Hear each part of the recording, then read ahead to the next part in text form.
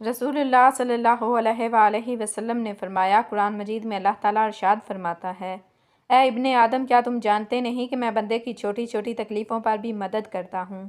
تو موت جو کہ سب سے بڑی مصیبت ہے، اس پر مدد کیوں نہ کروں گا؟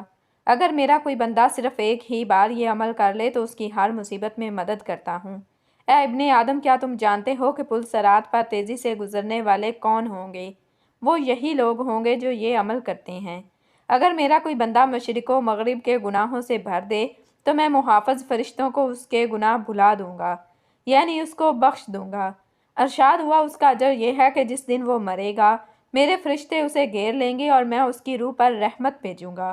وہ عمل یہ ہے: بسم اللہ الرحمن الرحیم، السلام علیکم ورحمۃ اللہ وبرکاتہ۔ محترم ناظرین، حضرت ابو سعید خدری رضی اللہ تعالیٰ عنہ سے مروی ہے، فرماتے ہیں کہ ہم رسول اللہ صلی اللہ علیہ وسلم کی خدمت میں بیٹھے ہوئے تھے۔ ایک عورت تشریف لائی اور عرض کیا، میرا شوہر صفوان بن معطل، اس کا نام ہے، میں جب نماز پڑھتی ہوں تو وہ مجھے مارتا ہے، اور جب میں روزہ رکھتی ہوں تو وہ روزہ توڑنے کا کہتا ہے، اور وہ فجر کی نماز اس وقت پڑھتا ہے جب سورج طلوع ہونے والا ہو۔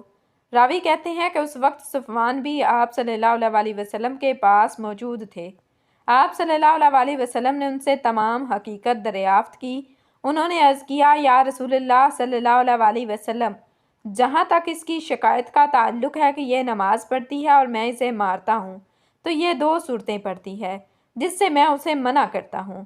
چنانچہ رسول اللہ صلی اللہ علیہ وسلم نے فرمایا، ایک صورت ہوتی تو وہ بھی لوگوں کو کفایت کرتی۔ صفوان رضی اللہ تعالیٰ عنہ نے عرض کیا، جہاں تک روزہ توڑنے کا حکم ہے تو یہ مسلسل روزے رکھتی چلی جاتی ہے اور روزہ ترک نہیں کرتی، حالانکہ میں جوان آدمی ہوں اور زیادہ صبر نہیں کر سکتا۔ رسول اللہ صلی اللہ علیہ وسلم نے فرمایا، عورت اپنے خاوند کی اجازت کے بغیر نفلی روزہ نہ رکھے۔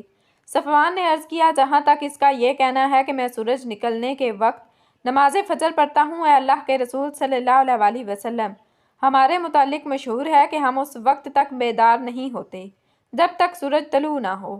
آپ صلی اللہ علیہ وسلم نے فرمایا، اے صفوان، جس وقت آنکھ کھلے نماز پڑھ لیا کرو۔ اس حدیث سے معلوم ہوا کہ خاوند کی اجازت کے بغیر عورت کو نفلی روزہ نہیں رکھنا چاہیے، اور یہی بات ایک اور حدیث میں یوں بیان ہوئی ہے کہ حضرت ابن عباس رضی اللہ تعالیٰ عنہ سے مروی ہے، فرماتے ہیں، رسول اللہ صلی اللہ علیہ وسلم نے فرمایا، بیوی پر خاوند کا حق یہ ہے کہ جب خاوند اسے اپنی خواہش کے لیے بلائے تو وہ فوراً آ جائے، خواہ وہ اس وقت سفر کے لیے اونٹ کی پشت پر ہو، اور بیوی پر خاوند کا حق یہ ہے کہ اس کی اجازت کے بغیر نفلی روزہ نہ رکھے، اور اگر رکھے تو وہ قبول نہیں ہوں گے۔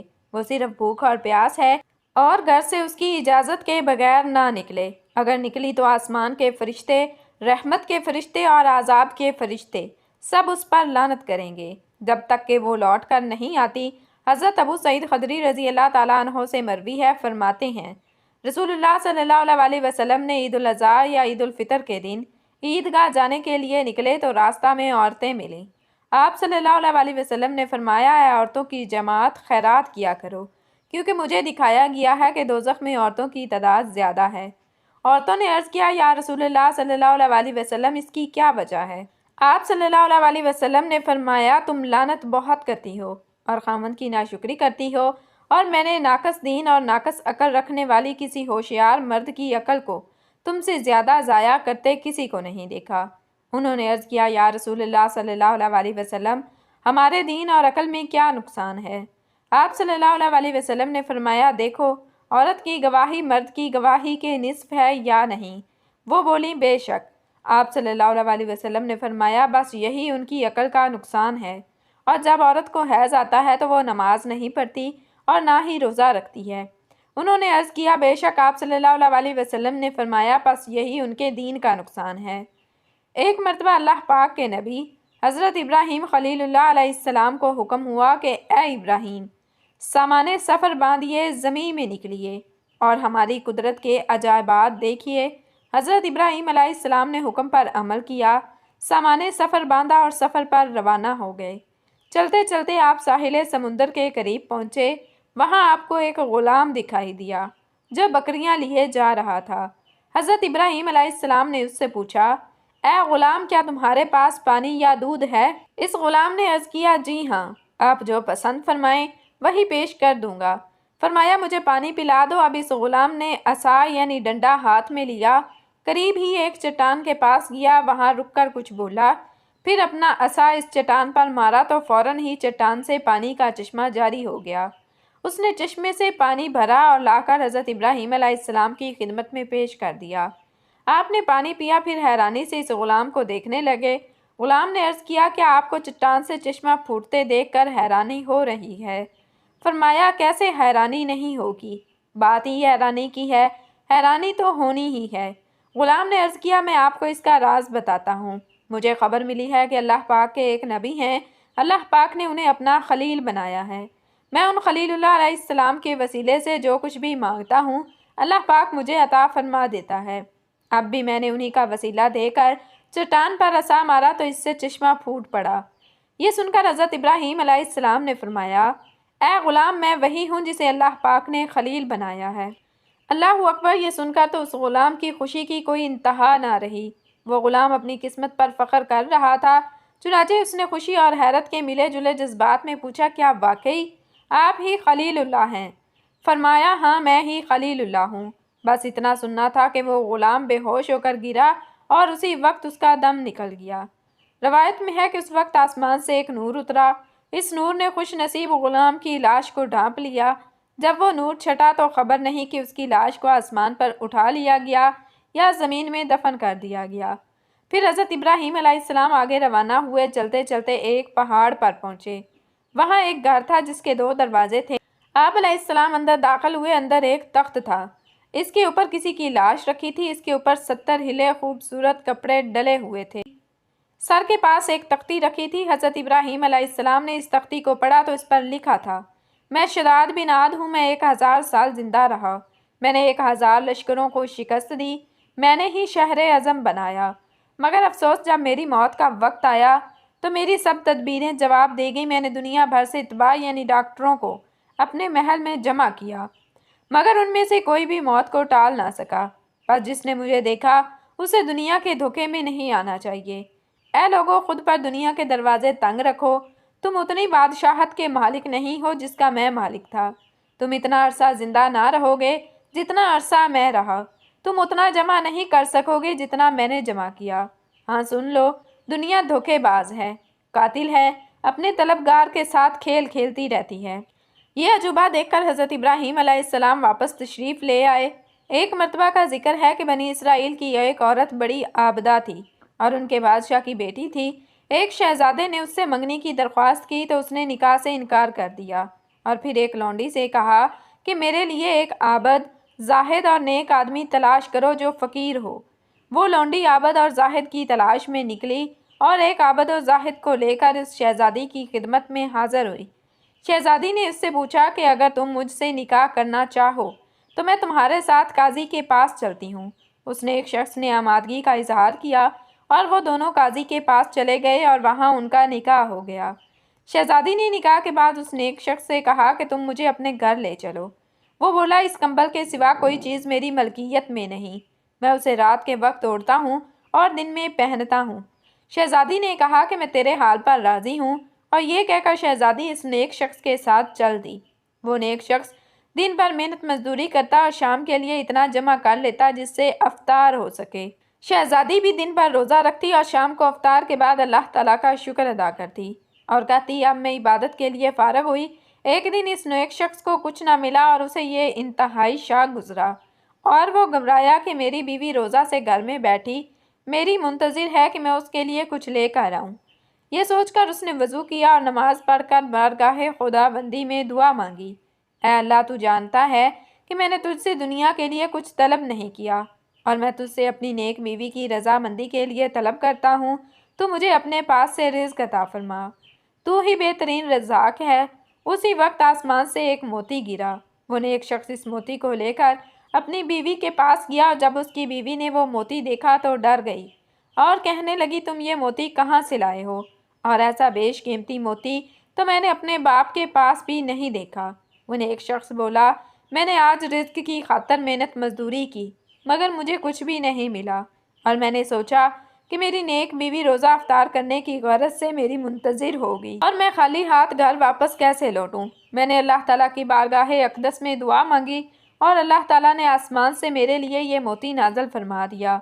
شہزادی بولی، تم اسی جگہ جاؤ جہاں تم نے اللہ تعالیٰ سے دعا مانگی تھی اور گریہ زاری کے ساتھ بارگاہ خداوندی میں یوں دعا مانگو: اے اللہ، اے میرے مالک، اگر تو نے یہ موتی ہمیں دنیاوی رزق کے طور پر عطا فرمایا ہے تو اس میں ہمیں برکت دے، اور اگر آخرت کے ذخیرہ میں سے عطا فرمایا ہے تو اسے واپس لے لے۔ اس نیک شخص نے ایسا ہی کیا اور اللہ تعالیٰ نے وہ موتی واپس لے لیا۔ اس نیک شخص نے واپس آ کر تمام حقیقت شہزادی کو بتائی تو شہزادی نے اللہ تعالیٰ کا شکر ادا کیا اور کہا: اے اللہ، تو بڑا رحیم اور کریم ہے۔ قصص الاولیاء۔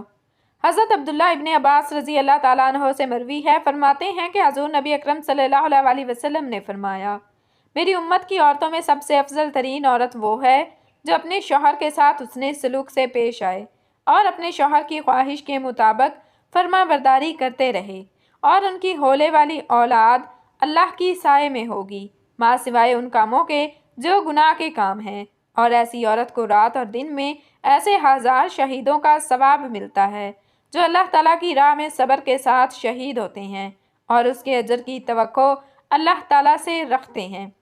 حضرت سیدنا عبدالصمد بن موکل فرماتے ہیں کہ حضرت وہب بن منبع نے فرمایا: ہاں، میں نے زبور شریف کی آخری 30 سطروں میں پڑھا اور قرآن مجید میں اللہ عز و جل نے ارشاد فرمایا: اے داؤد، مجھ سے سنو، میں حق کہتا ہوں، جو مجھے اس حال میں ملے گا کہ مجھ سے محبت کرتا ہوگا تو میں اسے اپنی جنت میں داخل کروں گا۔ اے داؤد، مجھ سے سنو، اور میں حق کہتا ہوں، جو مجھے اس حال میں ملے گا کہ میرے عذاب سے خوف رکھتا ہوگا تو میں اسے عذاب نہ دوں گا۔ اے داؤد، مجھ سے سنو، اور میں حق کہتا ہوں، جو مجھ سے اس حال میں ملے گا کہ اپنے گناہوں کی وجہ سے مجھ سے حیا کرتا ہوگا تو میں محافظ فرشتوں کو اس کے گناہ بھلا دوں گا، یعنی کہ اس کو بخش دوں گا۔ اے داؤد، مجھ سے سنو، اور میں حق کہتا ہوں کہ اگر میرا کوئی بندہ مشرق و مغرب کو گناہوں سے بھر دے اور پھر بکری کے دودھ دوہنے کی مقدار جتنا ہی شرمندہ ہو جائے اور مجھ سے ایک ہی بار مغفرت طلب کرے تو اس کے دل میں بھی یہی ہو کہ وہ دوبارہ گناہ نہ کرے گا، تو میں آسمان سے زمین پر گرنے والے بارش کے قطرے سے بھی زیادہ جلدی اس کے گناہ مٹا دیتا ہوں۔ اے داؤد، مجھ سے سنو، اور میں حق کہتا ہوں، اگر میرا کوئی بندہ صرف ایک ہی نیکی لے کر آئے تو میں اس کے حق میں جنت کا فیصلہ کر دوں گا۔ حضرت داؤد علیہ السلام عرض گزار ہوئے: اگر یہ بات ہے تو جو تیری معرفت رکھتا ہے اسے جائز ہی نہیں کہ تجھ سے اپنی امید توڑ دے۔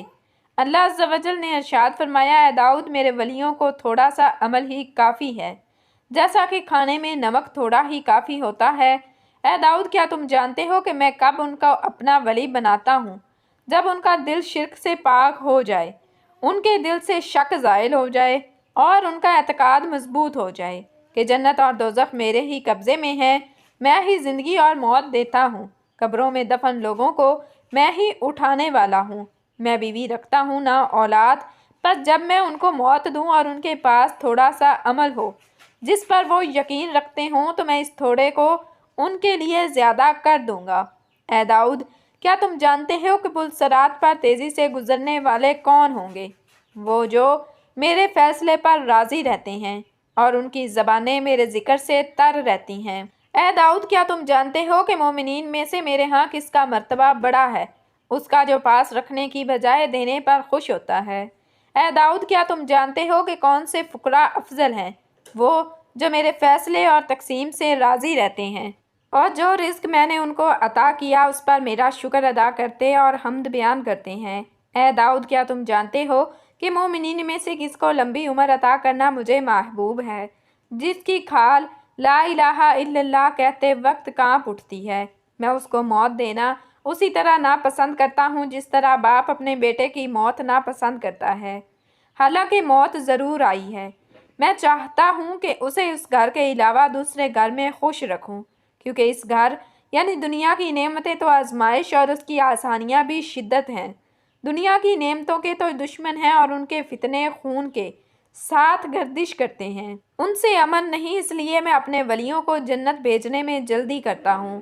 اگر ایسا نہ ہوتا تو حضرت آدم علیہ السلام اور ان کی مومن اولاد سور پھونکنے جانے تک فوت نہ ہوتے۔